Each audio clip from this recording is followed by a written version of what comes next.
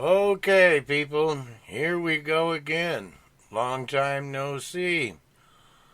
Been a little while since I put out the first, I think it was 8 videos that I had pieced together from pictures.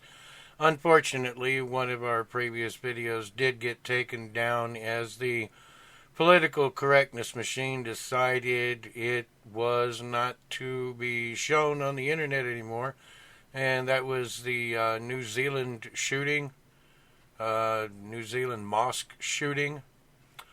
Again, hello everybody. This is JW. This is the R.A.F.O.N report. We are dismantling the beast one piece at a time. You can still find us YouTube, Facebook, and Twitter. I'm trying to figure out Patreon. And also, don't forget to stop by the website, RAFONreport.com. When you first log on to the website, you're going to see a little pop-up that comes up. If you're interested in taking part in the blogs or maybe even writing for us here at the R.A.F.O.N report, just fill that out. I'll get your email and I'll be right back in contact with you. One of the things we're going to try to dive right back into with the reintroduction of the R.A.F.O.N report is kind of where we left off. And that was with the series that I was doing that was called the R.A.F.O.N Rants. Now again, I have been gone for a while, but I've acquired some new toys. And you're looking at some of them here because the R.A.F.O.N Rants here that you're seeing, it's not just a picture, that I superimposed here, but it's actually on my desktop. And we also got another little toy. Hey there! Guess what? We have a screen capture and we can do the webcam at the same time. Woohoo! Boy, are we going top shelf or what? So, again, we're looking at this whole R.A.F.O.N rant thing and, well, let's just get right into it. What's the rant about this time? Well, we're going to start with this right here. Trump, United States may designate Antifa as a terrorist organization. My first question is, may? I mean, come on. What's it going to take? What are their qualifications? Why in the world don't they already fit this? Why have they not already been labeled this? But, again, as we find with many of Trump's Twitter posts, tweets, I think they're called, there's a method to his madness. You see, because this was a message sent out on Twitter, and it just happened to be a couple hours before this little soiree took place. Hundreds of far-right protesters and Antifa activists face off in Portland. Oh, what a thrilling headline. And pay attention now, folks, because again, this is going between Trump and Antifa. Portland has seen clashes between Antifa, riot cops, and far-right groups like the Proud Boys before. They have, but there's been some considerable differences with this latest one. Notice what it says here. Portland, Oregon. About 300 far-right protesters gathered in Portland for a Saturday rally to end domestic terrorism in an attempt to call out Antifa as the real threat. Hundreds of counter-protesters, many of whom were with Antifa, showed up as well. Riot police guarded rows of metal barricades separating the groups by about 150 yards. That sounds a little different, don't it? I mean, yeah, we've seen the riot squads, goon squads, whatever people want to call them, and we've seen them make, an occasional appearance in Portland. But what happened this time? Last I knew, there had only been 13 arrests. There was very little violence. Somebody supposedly busted out some buses of some of the windows out of the Proud Boys bus. But all in all, about 13 arrests is absolutely minuscule for these kind of things, and it's absolutely still minuscule for Portland, Oregon. So what's different? What was it that changed this time? How come we're not looking at another situation where the mayor or police chief or whatever is saying, stand down? Look at this paragraph right here. About 200 black-clad activists, led by Portland-based Rose City Antifa and other leftist protesters, amassed behind rows of riot police and concrete barricades, mingling among hundreds of counter-protesters. Barricades? Wow. That's quite a stretch from what's happened before. The cops actually did their job. And their job was to simply keep these two groups apart. But one of the things that I really liked about this, right here in this paragraph, Joe Biggs, Proud Boys. And by the way, I've not done any research on Proud Boys, so don't label me with anything here, unless that makes you feel better. Joe Biggs, Proud Boys and rally organizer, led the group across the Hawthorne Bridge, then declared the far-right rally over after just an hour and 20 minutes. He told the news organization, the Oregonian, Oregon Live, they had successfully gotten their message across. Go look at President Trump's Twitter, Biggs said. He talked about Portland, said he's watching Antifa. That's all we wanted. We wanted national attention. We got it. Mission success. That's how you do it. You bring attention to something, and then you walk away. You don't stick around for the fireworks that Antifa is famous for.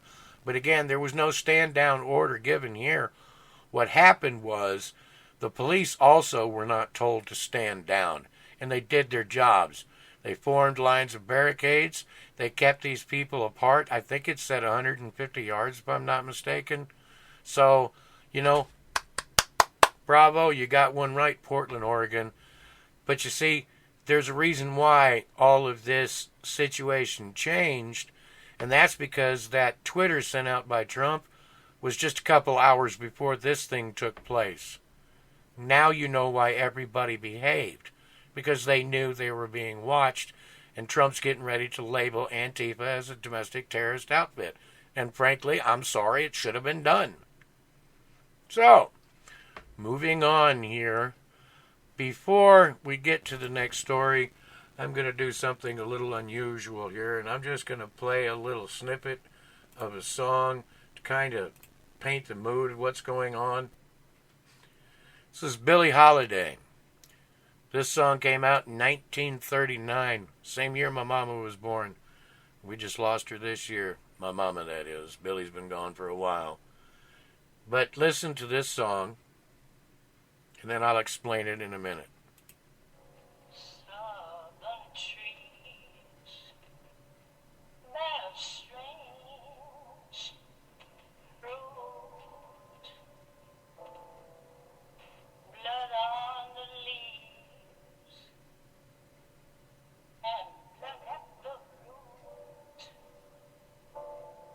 black bodies swinging in the southern breeze, strange fruit hanging from the poplar tree. Strange fruit. Well, here's the lyrics to it. Southern trees bear a strange fruit, blood on the leaves and blood on the root, black bodies swinging in the southern breeze, strange fruit hanging from the poplar trees. Pastoral scene of a gallant south, the bulging eyes and the twisted mouth, scent of magnolia sweet and fresh, then the sudden smell of burning flesh. Here is a fruit for the crows to pluck, for the rain to gather and for the wind to suck, for the sun to rot and for the tree to drop. Here is a strange and bitter crop. Again, this is Billie Holiday. Song came out in 1939, and of course that's about lynching. And the reason why I bring that up, again, is to go to our next little article here. Why El Paso and other recent attacks in the United States are modern-day lynchings. Now, of course, if you look up there in the upper left-hand corner, you'll see this is CNN. No, I don't normally go to CNN. Not exactly on my favorites. But you scroll through this and you look through this article, and the primary theme that, of course, we're seeing going around today from the left is hate the white man, hate the white man, hate the white man.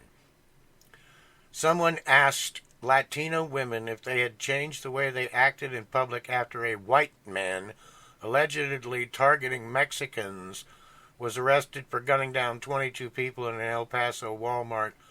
One woman said she no longer speaks Spanish when out in public, checks store exits, and now feels like a marked person when among whites. Now you flip these tables.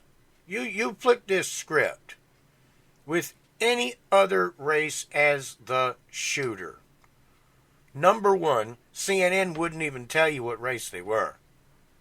They wouldn't even give you a name if it didn't sound like John Jane Doe American, because that would be racist.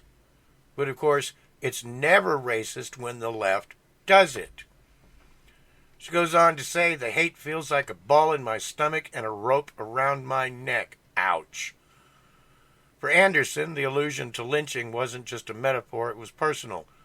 She had an uncle who was almost lynched in the early 20th century for standing up to a white man in an Oklahoma store. She's also a historian who wrote about the lynching era in her book, White Rage. Again, racism's just fine as long as it's against whitey. But you do this against any other race, color, ethnicity, and guess what?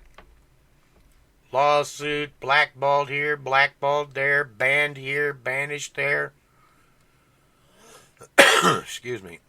You see, this is just the theme that's going around today, and by golly, it's just, it's getting sickening.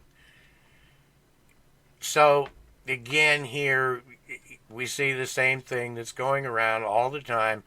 The thing about the lynching era was the capriciousness of it. No safe with space, says Anderson, an African-American studies professor at the Murry University in Atlanta. Folks of color were never at ease. You're looking all the time. You're wondering, is this a place I can go? You could be walking down the street or in a store, or you could be sitting on your front porch and you could get killed. Let's be clear. Back during this era, it was horrendous for the whites that did this to the blacks. It was absolutely horrific. But let's get something straight in all of this anti-white hate. You see, when these people want to bring this up, what they want to keep pointing at it is the evil white man, the evil white man, the evil white man. Well, they were white men. But if we're going to go back and if we're going to tell all the truth, guess what? Whites weren't the only ones that owned slaves. And there were some whites that were slaves. But I know that's another uncomfortable topic for a lot of people, so we'll just leave that for another time. But what we did find when we do take an honest look, yes, of course, they were white. The majority of this problem was the white man against the black man. However, it was not the white man in general. You know, less than 4% of whites actually owned slaves when slavery was at its peak in the United States. Less than 4% of whites owned slaves. Oh, another minority issue for the left to jump on. Also, as far as my records indicate, the very first registered slave owner in the United States was a black man. Oh my goodness, what? Where's that in our history books? How come we're not taught about black slave owners? Well, it doesn't fit the narrative. Okay, enough of that. Moving on now to one of my fun ones here. Representative Nazi Pelousy slams President Trump, Israel Prime Minister Netanyahu over the barring of Representatives Omar and Tlaib. Good old Nazi Pelousy here. You know, one of the best things about having a story with her up here is that it gives me a chance to remind people that my problem with some of these representatives that happen to be women, well, is my problem with them because they're women? Oh, well, I about had a heart attack there. Here's the squad. I think it's Ayanna Pressley, Ilhan Omar, good old Ocasio-Cortez. And of course we have Rashida Tlaib to round it out. Now you see, the nice thing about this is when I point at this dingbat here, Nazi Pelousy, or years ago when it was Barbara Boxer or Dianne Feinstein, you see, like with the squad, my issue isn't the fact that they're female. Or, I don't know, maybe I'm presuming a gender here. Do they identify as women? I'm not really sure. You know, we have to be very careful today. But again, it has nothing to do with the fact that they're women. It has nothing to do with the fact that they're female. It has nothing to do with their breasts or their genitalia. It has to do with their policies, where they stand. And quite frankly, they all make me sick. But again, this is not limited just to women. This is not just limited to women on the left. But it's the entire left for me. I don't really see a great big difference between communist, Marxist, socialist, progressive, Democrat, liberal, left, loony, lunatic. They're all nuts. I mean, you have to be to believe and promote some of the stuff that these people do. Ugh. Okay. Moving on to something else here, I think it's important for people to catch. Ocasio-Cortez, now this was published July 17th, so it's a month old. Ocasio-Cortez gets new 2020 challenger, a Republican immigrant from Jamaica. Well, thank goodness they're not just throwing another white person out there. I haven't really studied a lot on this woman, but my point that I'm getting to here is, if we go down just a little bit here, and you'll see this paragraph here. It says, Murry, which again is this female Republican here, is going to be challenging Ocasio-Cortez in New York, joins 4 other Republicans who have filed to run for the seat. Former police officer John Cummings, medical journalist Ruth Papazian, construction contractor Miguel Hernandez, and entrepreneur Antoine Tucker. Now, this is a strategy that is being built up not just around the members of the squad, but this is a very, very old tactic in politics.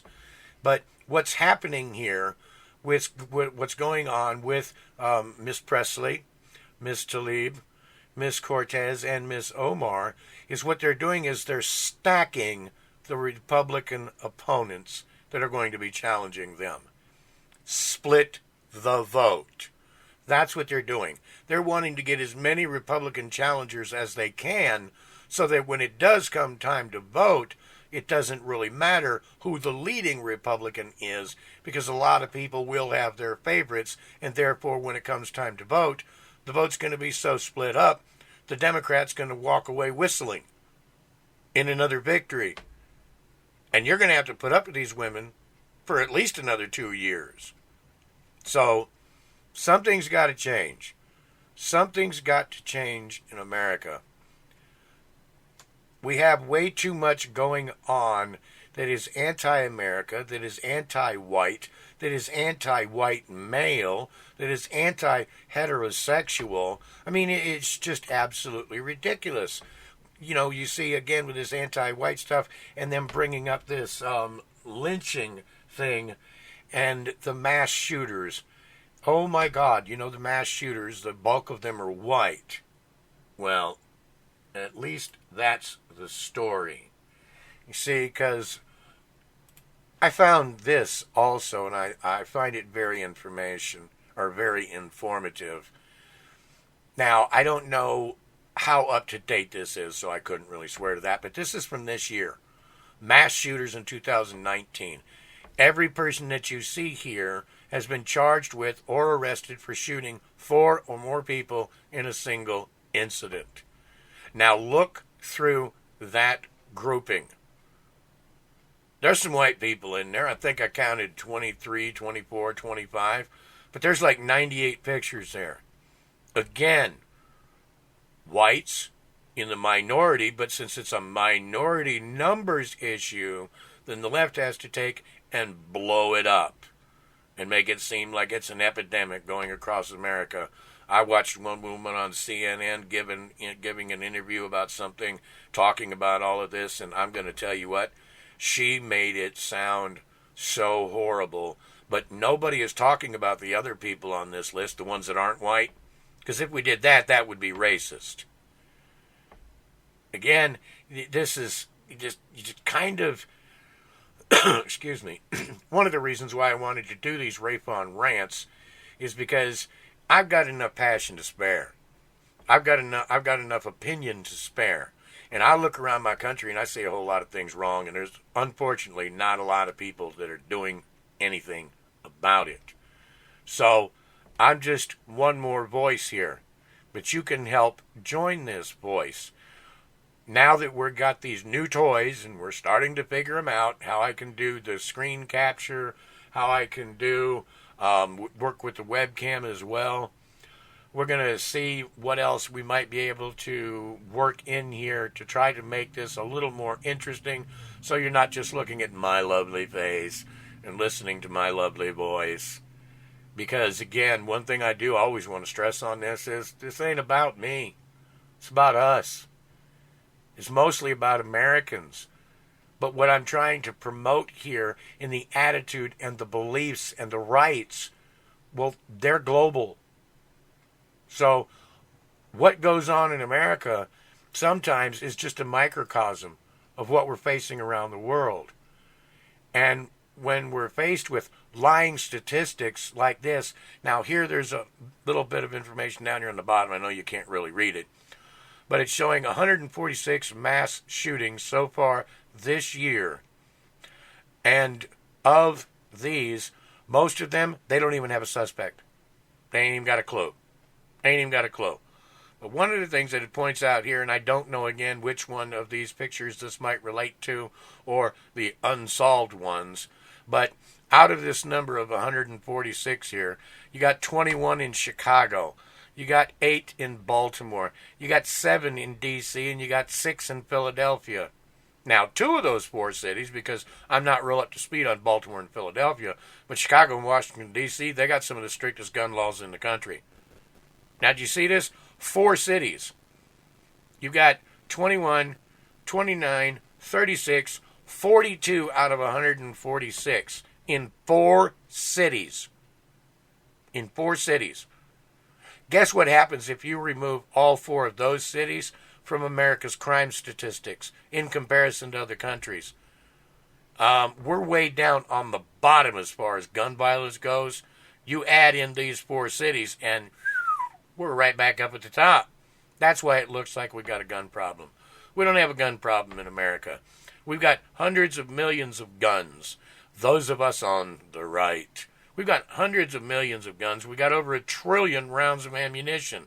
If guns were the problem, you'd know it. So we need to get over a lot of this fantasy land that's going on, because it's simply not true. So again, I'm going to be looking to do things a little more consistently than I was before. Sorry for that. I was getting over some jitters and trying to figure out some software and all that stuff. But stay tuned. Don't forget, like, share, subscribe, hit the notification bell, and comment under the videos on YouTube. We've got to get some conversation going so that this group can start growing. Until next time, God bless you. God bless America.